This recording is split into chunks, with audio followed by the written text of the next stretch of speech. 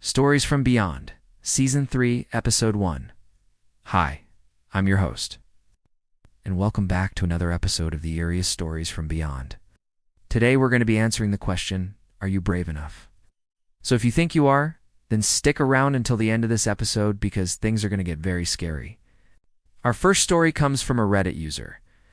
I was babysitting my sister when we were younger. She was maybe 2 or 3 at the time. It was summer, and we were staying at our grandparents' house. Our grandparents had an old farmhouse that was very isolated. There was a dirt road leading up to the front door, and on either side of the road were cornfields. We were playing in the living room, and it was quiet outside. Suddenly, my sister stopped playing and started staring at the window. I asked her what she was looking at, and she replied, "Boo." I laughed and told her there was no one there.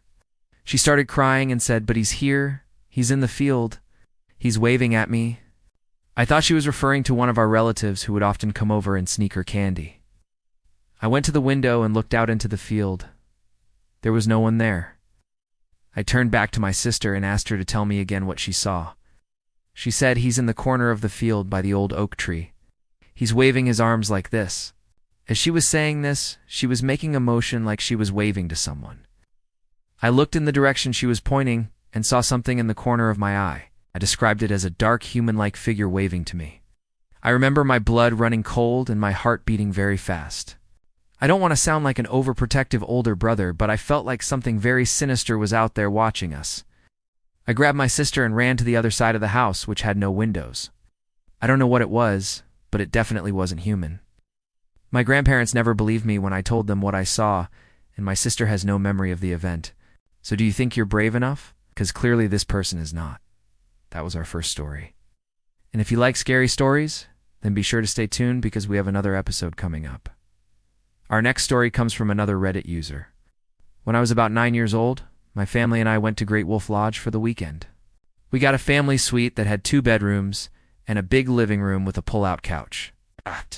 After settling in, my mom let my brother and I go check out the water park. The water park was amazing.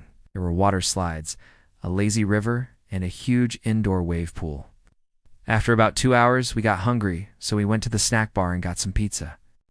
Then we went to the arcade and played some games and won a couple of tickets.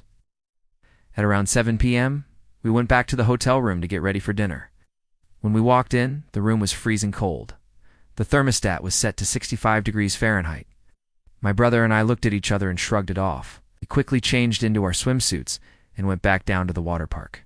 An hour later, after getting drenched in the wave pool, we headed back to the room. Once again, it was freezing.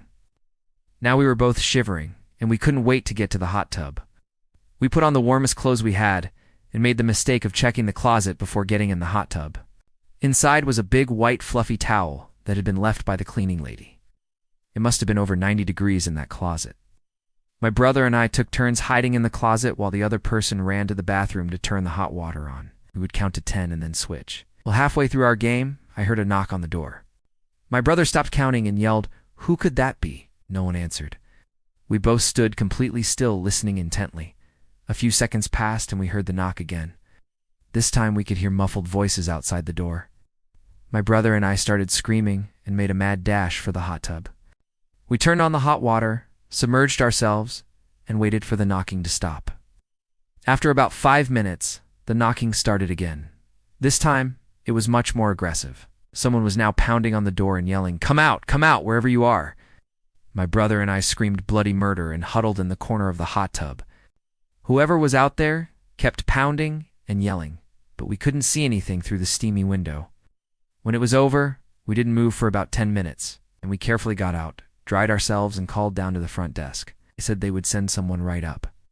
Within 2 minutes, a tall, well-built man in a security uniform knocked on our door and walked in. He explained that someone had reported hearing banging and yelling coming from our room. He also mentioned that no one else had reported seeing or hearing anything. My brother and I explained what had happened, and he told us that there was no way anyone could have gotten in, because the room was 100% waterproof when the door was closed. To this day, neither of us will ever go into a hotel closet again. So do you think you're brave enough? Because clearly these people are not. That was our second story.